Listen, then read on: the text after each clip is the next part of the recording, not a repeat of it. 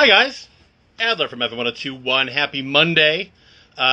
Just waiting on Dan Smith from Bastille. This Bastille. Um, Very excited. If you haven't heard, we've already been playing What You're Gonna Do from Bastille, the newest song, which is just a bit of an anomaly. Just a fun-ass, cool, straight-ahead rock song, which I'm very excited about, and I got a lot of questions with that, with him, and what's the deal with the fourth album. If you didn't know, and I'll bring it up to him too, Record Store Day is a big holiday for me. I love Record Store Day, and it's been broken up into 3 different days. The first one going to be August 29th, so no matter where you're watching this from, where you're living, hit up your local record store on the 29th, because Bastille is re-releasing All This Bad Blood.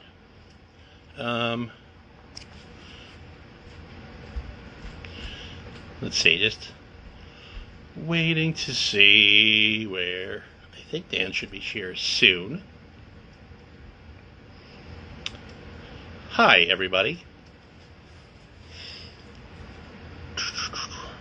Unless I'm early. No, I'm not early, because I'm never early. Other things, obviously, with the new song, Graham Coxon from Blur.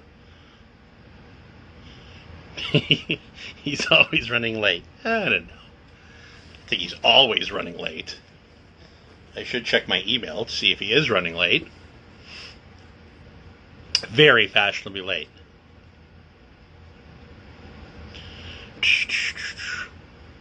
I agree. Let's go. Yes.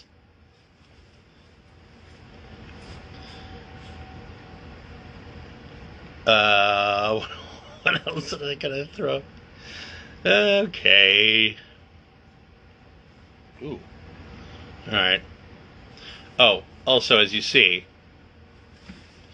this is not intentional or a brag. This was FM1021's Big Snow Show just a few years back, where Bastille played wonderfully, beautifully, as always.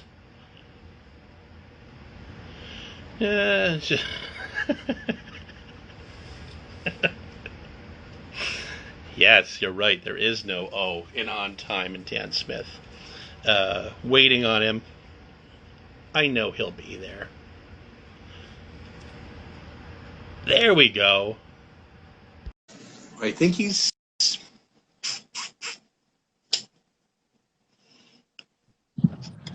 Hello, mate. Dan, how are you, buddy? I'm good, thanks. How are you doing? Good to see you. I'm doing well, man. You're looking good. Where are you?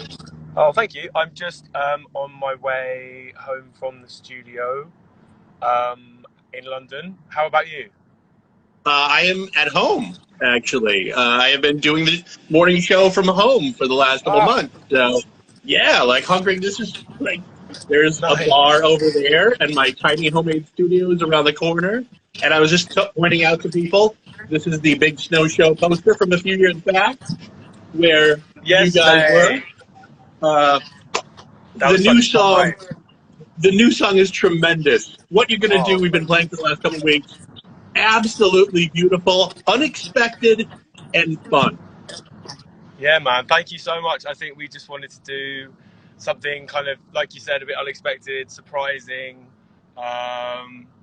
and distracting, hopefully, in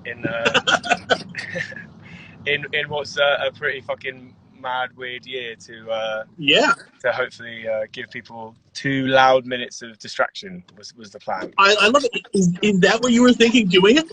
Did it come out of a place of let's do something different, or did it come out of a place where you're just a little pissed off from not being able to leave or not being able to move and being kind of confined? Well, it actually, I sort of wrote the song initially late last year when we were on tour in the US. Specifically in Salt Lake City, I remember writing it backstage and on the bus, and but it felt really relevant this year. And we started it before lockdown in London, And then when lockdown happened, we kind of were firing parts back and forward. And then that's when we sent it to Graham Coxon, and fully took advantage of knowing that most people on the planet were locked in their houses and definitely had free time. So that's where that kind of that collaboration came from. I like to think we sort of tricked him into being on the track, but yeah. Well, if you took one of the best guitarists in the world, you did a good job. He's an incredible guitarist. Isn't he insane? Like everything from obviously from his playing, his taste, his like sound choices as well. We wanted that like authentic British, just heavy sound, and like yeah, he's amazing. So we're so excited to have him on it. I love it, and well, speaking of which, since I'm at home, I can show you this. Nice. How good is this album? I mean, it's incredible. I mean, it's really solid. It's the reason I'm doing this, not only because I'm in my own home and I'm surrounded by my own music, but I was reminding people that the end of August 29th, is the first of 3 days of Record Store Day, and Bastille is re-releasing All This Bad Blood on vinyl on 2 different albums, which is very cool to have and people need. I'm really excited. Basically, we never got to release All This Bad Blood properly, so there's a whole like record of stuff that we put out that was, has never been on vinyl. So it just seemed like a really nice opportunity to do it. Most people would probably wait for an anniversary. We thought we'd awkwardly do it 2 years beforehand, but yeah, no, it's exciting. I love Record Store Day so much.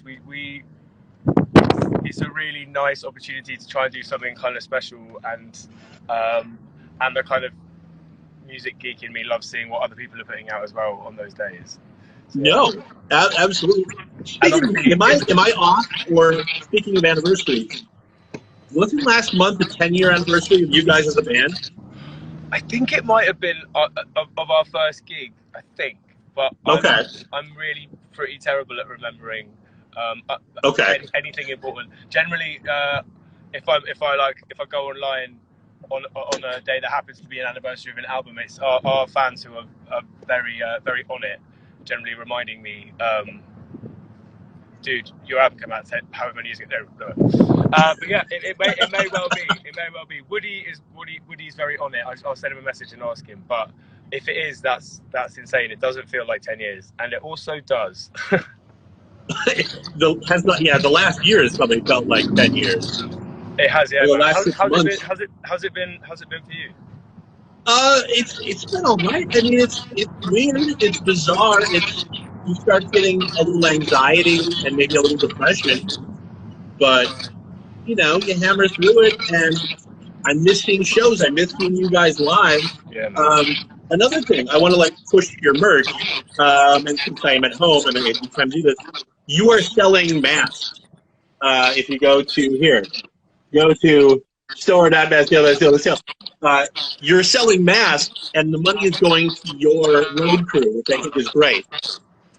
Yeah, man, it's a really tough time for the live industry. Like you said, I'm missing shows as a fan. I'm massively missing going to gigs and festivals. It's like, we're lucky enough in our job for shows, our shows and other people's shows, to be like a daily part of our lives, and it's very strange hole in the year, isn't it? But it's particularly sort of scary for the crew who, there's crew and technicians and these people who have like incredibly specific, specialized jobs, and that's just not there anymore, and potentially not for the foreseeable. And I think what's worrying, a bit scary, is your music and live music is potentially going to be one of the last things to sort of normalize, if things normalize.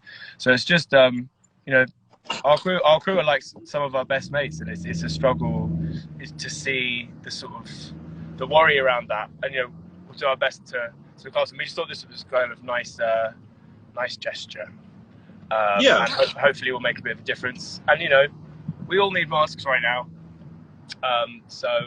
exactly. So why not wear one with a pink triangle on the front, eh? I love it. It's sexy. It looks good, man. Going back to not having live shows, are we looking at a new album before the end of the year? We are. We have been having a lot of fun, basically making music, and we just want to sort of keep people on their toes, and I think do things a bit differently. Previously, we've kind of finished everything, been really prepared, and known exactly what we're going to do.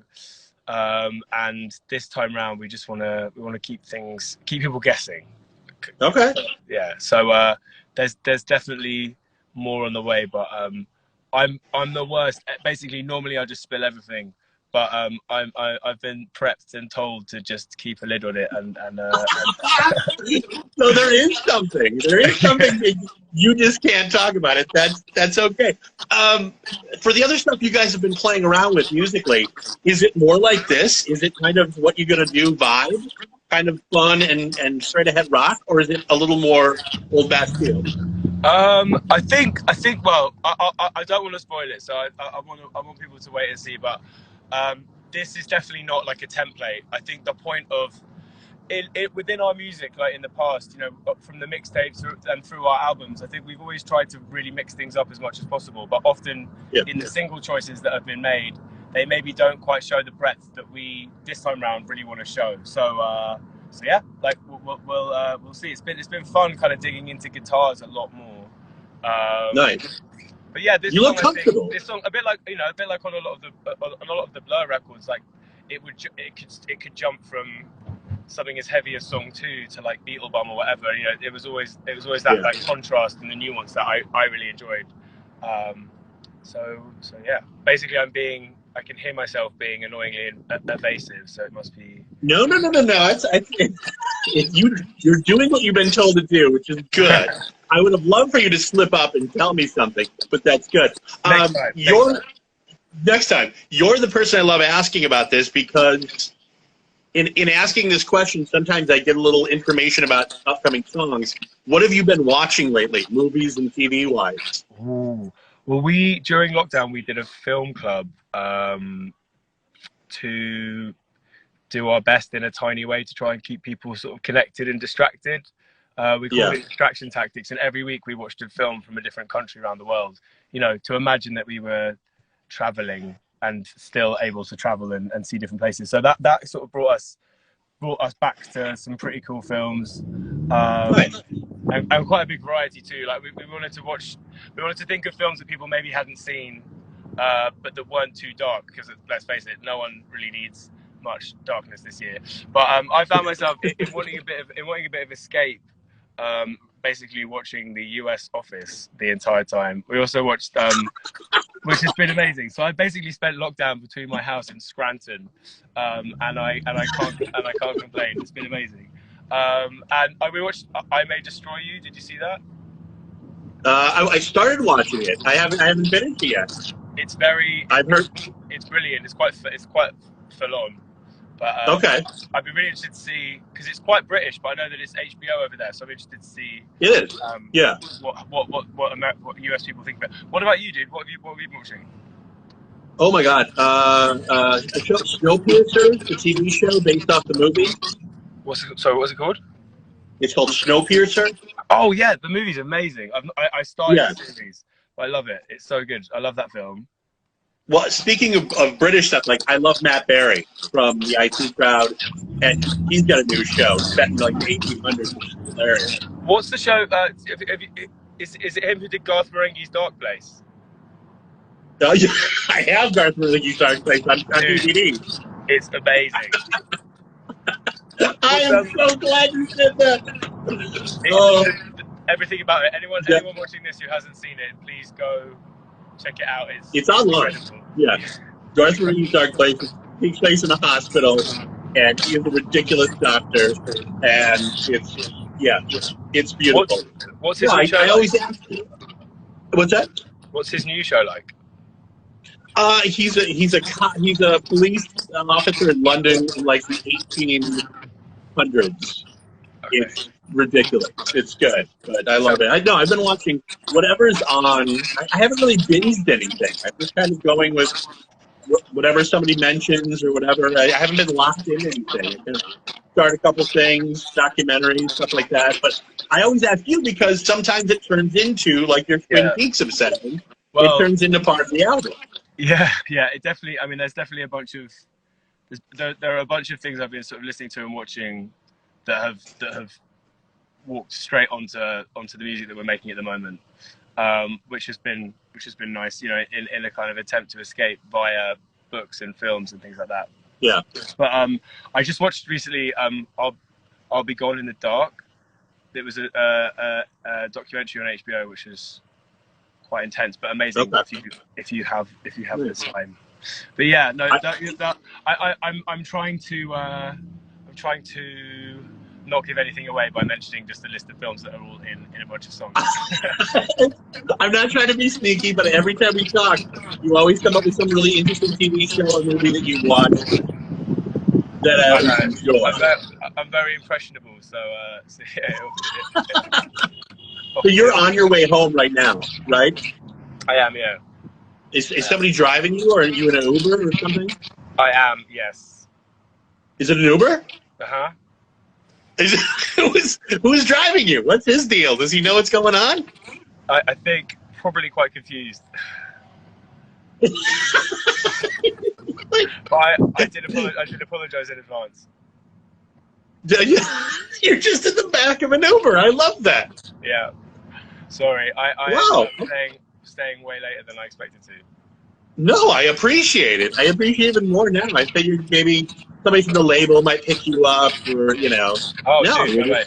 I've been cycling to and from every day, but okay. in an attempt to stay alive. But London at the moment has just gone from a mad heat wave to torrential rain, so I didn't want to risk it today. Oh, I missed it so much. Last October, I went to London for It's London, 5 days. What's that? I was there for 5 days last year. Did it rain the entire time? No, it was all right. We were staying by Canary Wharf, and nice. It was quite nice. It was like last October, and it was actually nice in October. Doesn't always happen. You're lucky. Did you, dude? What do you think of London? I loved it. I lived there in the 90s. I finished university there. So. No way. Yeah, it's a place called. It's called Thames Valley University in Ealing, but it's not called that anymore. I think it's called North London University. Oh, nice, cool. So you have a connection to the city. Oh yeah, a little bit. I hung around Ealing and Hammersmith, and went, saw shows in Brixton. Like this was like '96, so like talking about Blur, that was like it was a good time to be there. That's amazing. Where did you? What did you go to Brixton Academy?